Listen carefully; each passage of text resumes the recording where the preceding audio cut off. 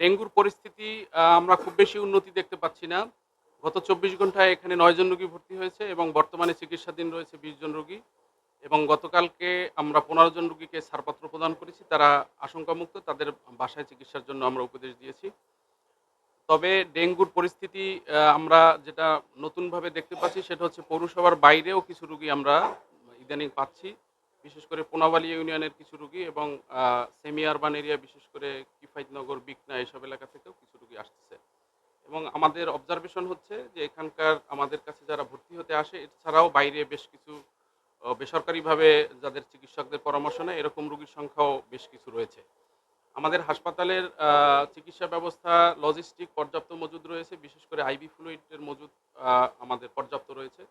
চিকিৎসার সামগ্রীর কোনো ঘাটতি নেই এবং টেস্টিং কিটস যেগুলো হাসপাতালে আছে, বিশেষ করে ডেঙ্গু NS1 অ্যান্টিজেন কিটস এবং কমপ্লিট ব্লাড কাউন্টের ব্যবস্থা এখানে আছে। তা আমার পরামর্শ থাকবে যে আতঙ্কিত না হয়ে আপনাদের যদি জ্বর থাকা অবস্থায় এবং জ্বর শেষে কিছু ওয়ার্নিং সাইন থাকে সেগুলো হলে তৎক্ষণাৎ হাসপাতালে ভর্তি হওয়ার জন্য এবং চিকিৎসকের পরামর্শের জন্য আসবেন। ধন্যবাদ আপনাকে।